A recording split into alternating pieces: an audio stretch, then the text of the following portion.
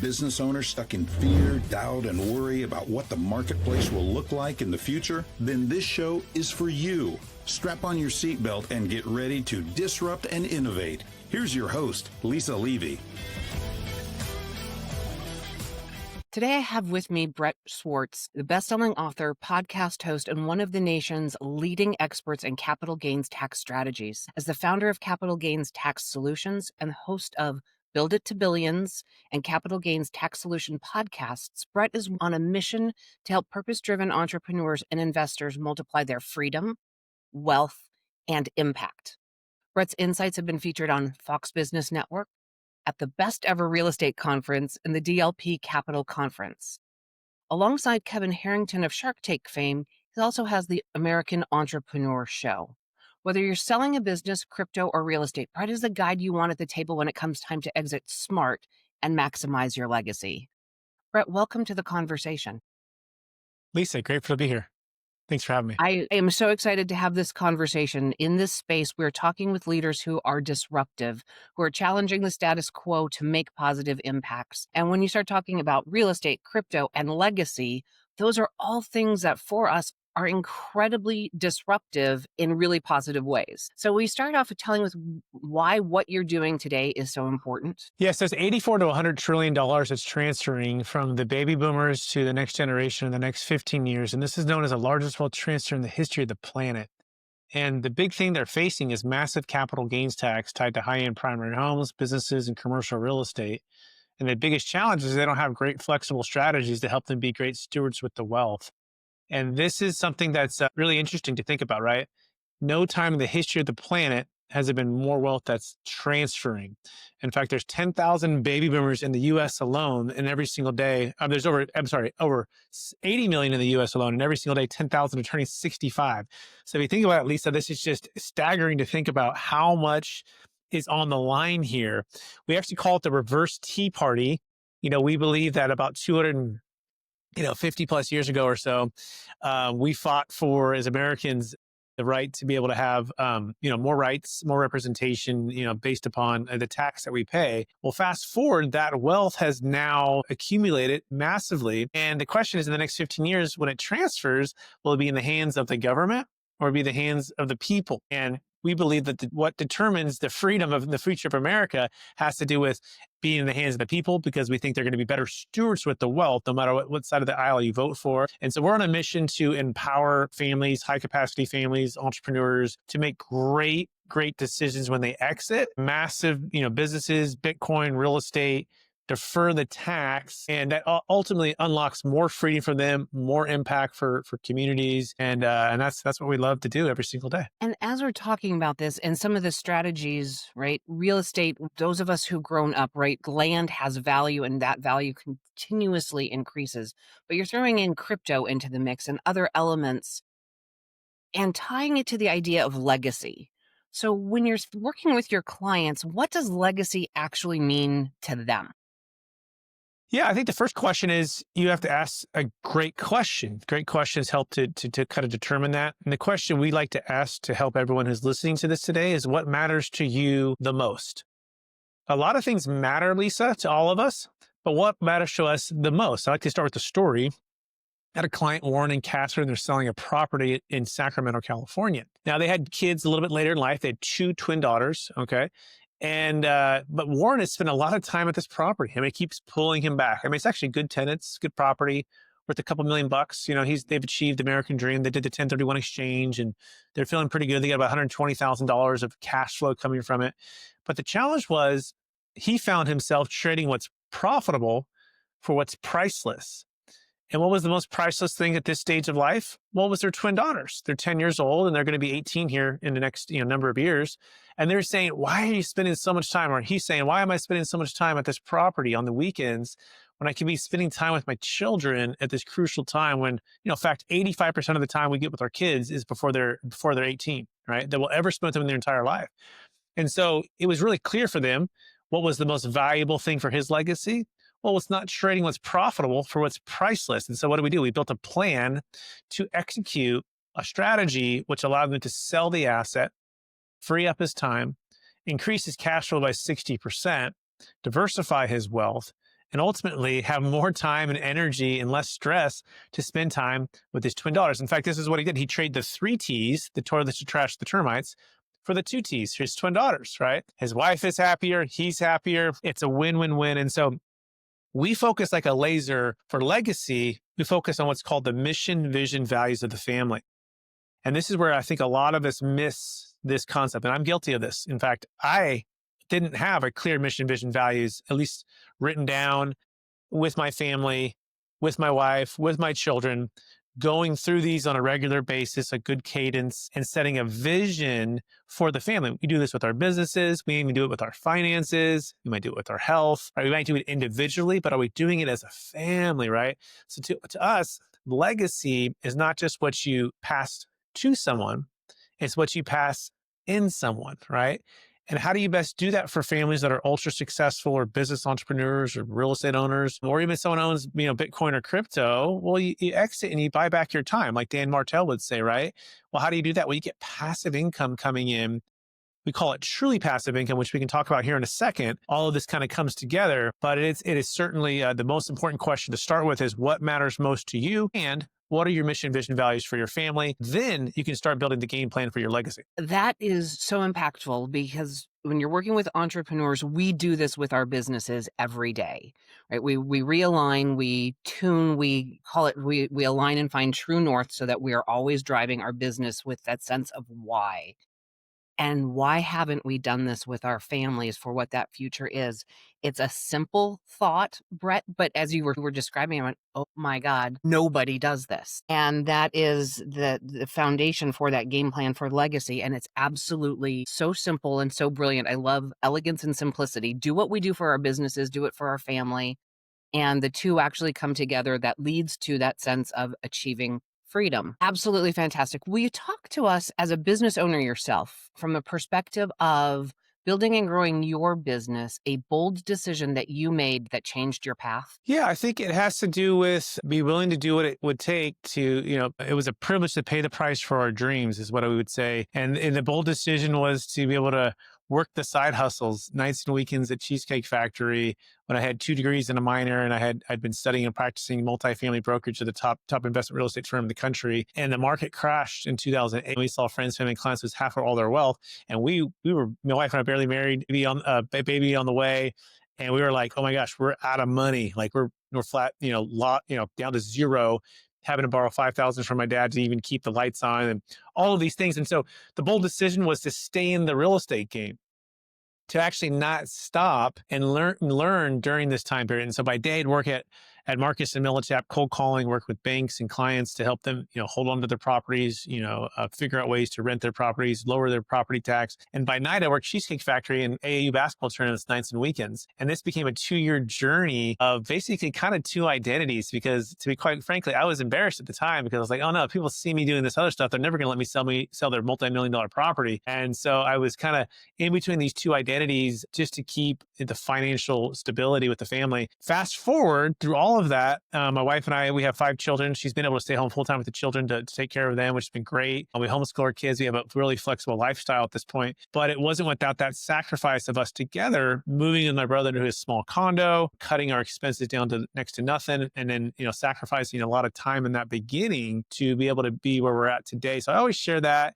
You really got to have clarity on what your calling is. I felt that was my calling at the time, and I'm grateful for it because that led to the strategy we focus on like a laser to help people exit highly appreciated assets. That's outside of the box. Most people don't know about it, but it transforms families' lives. If I hadn't made that decision in the beginning to stick it out at the real estate company, I wouldn't have been at that lunch and learn, a year into this whole journey. I learned about it in 2009.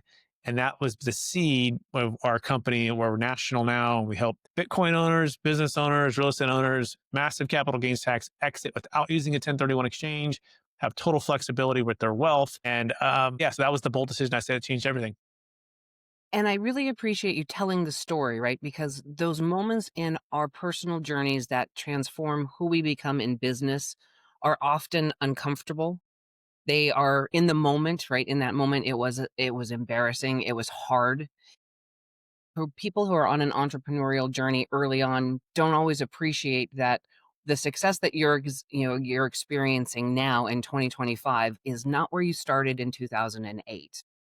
And there's intestinal fortitude required to stay the course and build to success. So thank you so much for sharing that with us.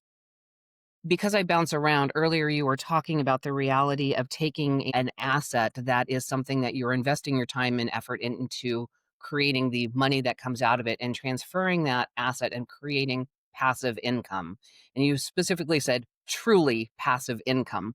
I wanted to dig into that a little bit because you were very specific.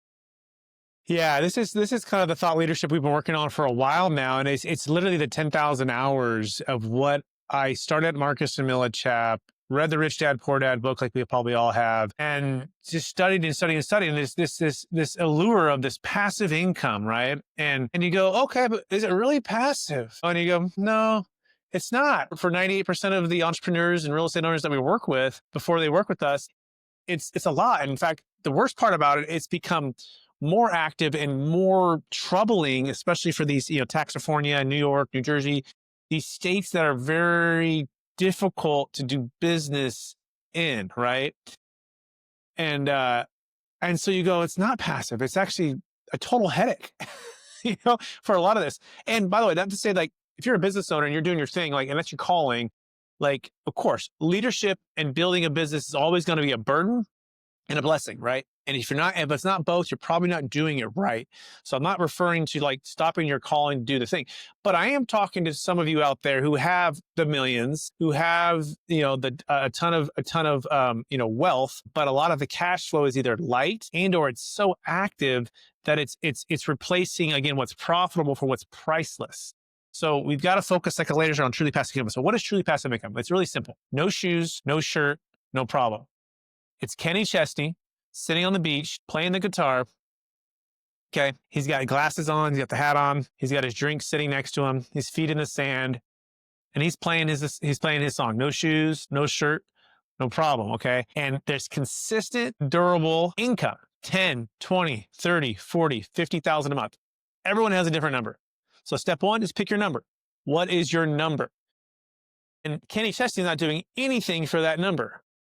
It's just coming in, regardless if he plays another concert, regardless if he goes and, buys another property, regardless if he starts another business or, works, whatever he's working at, right?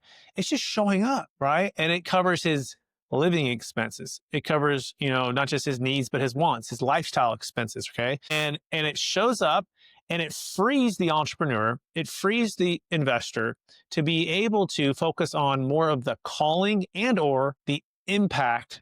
With everything I go today can be a game changer for my community, for my family, like whatever cause that breaks your heart. Here's the number one mistake people make. They have diluted focus, so they get diluted results. Okay, I learned this from one of my mentors, Rory Vaden, and he talks about people chasing 7 different income streams, right? 7 different income streams, right? Let's just get 7 different income streams and we're going to win this game of the millionaire race, right? Well, the challenge is actually most ultra successful, wealthy folks, if you look at it, they start with one income stream to start. And they go 10,000 feet deep. They become best in the world at it, best in class at it. And they make their first million, they make their millions, and then they diversify into 7 different places, right? So that is part of what I'm talking about here. Like same concept with the truly passive income thing. If you have income sources coming from all these different types of either properties or businesses or other things, like, and it's kind of this I'll say camouflage, but it's kind of just this smorgasbord of different things.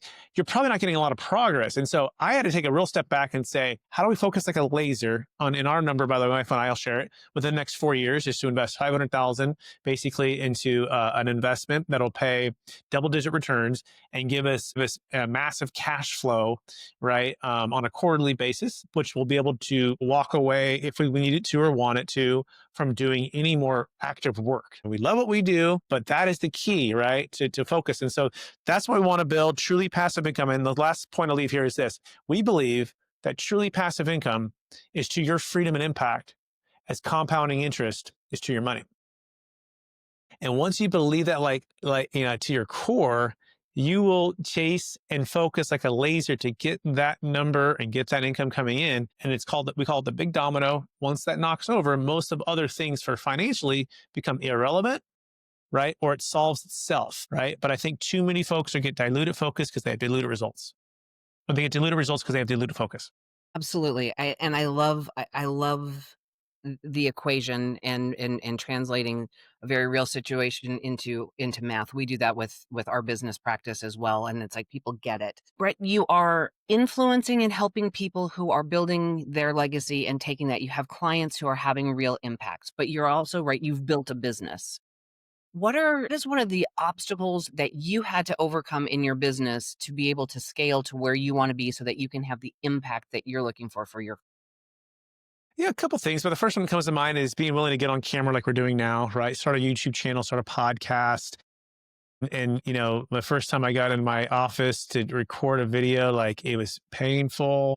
It was, I felt, embarrassed. I felt all the things, right, that you would feel like. And I said, you know what helped me? One of my virtual mentors, Russell Brunson, said, it's not about you. It's about who you're going to make an impact for.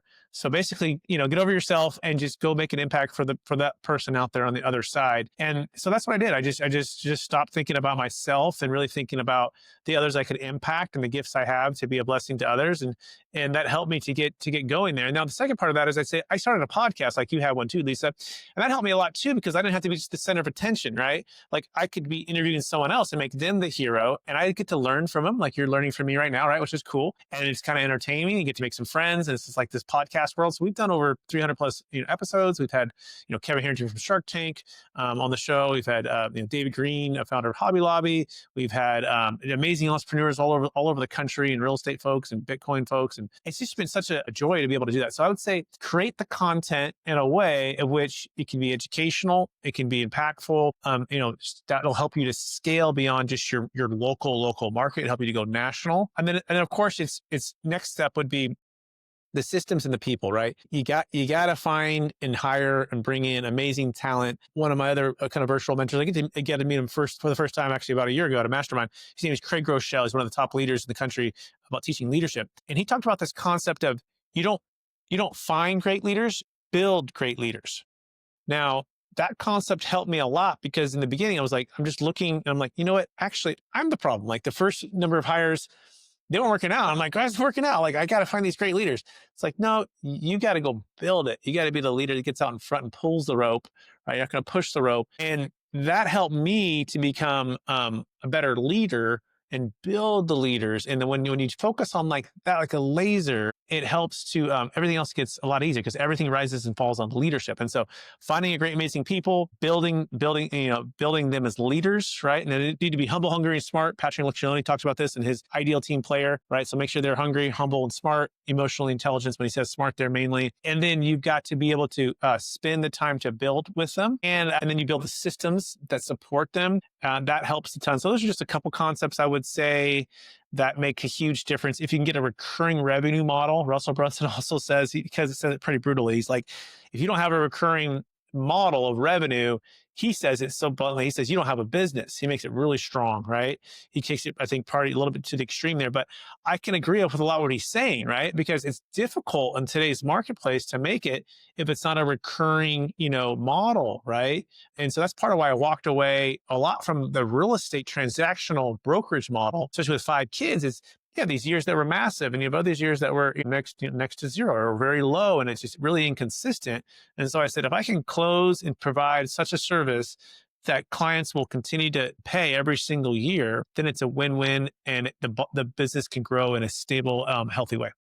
Absolutely. And to the point, right? If you don't have a recurring revenue model, you still have a job. You're trading your time for money. And that is not, right? That is not where we want to be with our businesses in that entrepreneurial journey, because that isn't how we build wealth so that we can actually have the impact and build the legacy and exit the way that we might want to. Brett, and in that, I thank you for sharing your perspective on how to grow and scale the business.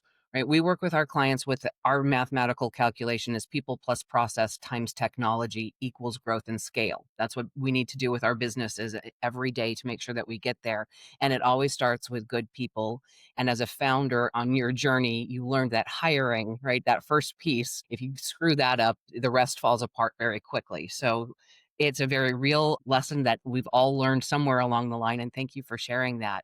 If you've piqued the interest and curiosity from members of the audience, how do they learn more? Where do they go? Yeah. So if you're looking to sell Bitcoin, business, real estate, and it has at least $1 million gain, $1 million net proceeds, so these are larger transactions, I want you to go to capitalgainstaxsolutions.com to schedule a no-cost consultation with myself and one of my team members to build a capital gains tax exit plan. We actually wrote a book called Building a Capital Gains Tax Exit Plan. You can also find that on the website. Kevin here from Shark Tank's in the book, pretty cool, and Tony Robbins CPA's in the book. And this is basically the journey and the playbook for exiting any asset of any kind. Massive gains, big tax. You want to make sure you pick up the book. And then if you want to just connect with me on social media, there's other places. Just brettswarts.com has all of my, LinkedIn, Facebook, Instagram stuff, and the places I'll be speaking at, doing different things there. And the last thing is we have the best 1031 exit plan. If you're doing a 1031 exchange, make sure you're working with us because we have what's called the best 1031 exit plan, which gives you what? Multiple options. You can use our strategy to save a failed 1031, or you can do a regular 1031. You never want to get caught working with strategies that don't give you both options. You always want to keep your options open. Brett, thank you for that. All of links to all of the things will be in the show notes so people can find everything. In this conversation today, you've taken us on the journey of understanding what the cliff, the impact is with $80 trillion of wealth transferring, with 10,000 people turning 65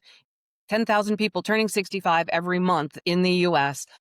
And with that, they have control of the largest amount of wealth ever imagined, right? This was the idea of the reverse Tea Party and making decisions as we're transferring that wealth. Is that money going to land in the hands of the people or the government? And obviously in this country, we want that money to land in the hands of the people who will always be the best stewards and going forward. When you talked through how to start making those decisions, right? What matters the most to you? What is the mission, vision, and values for your family?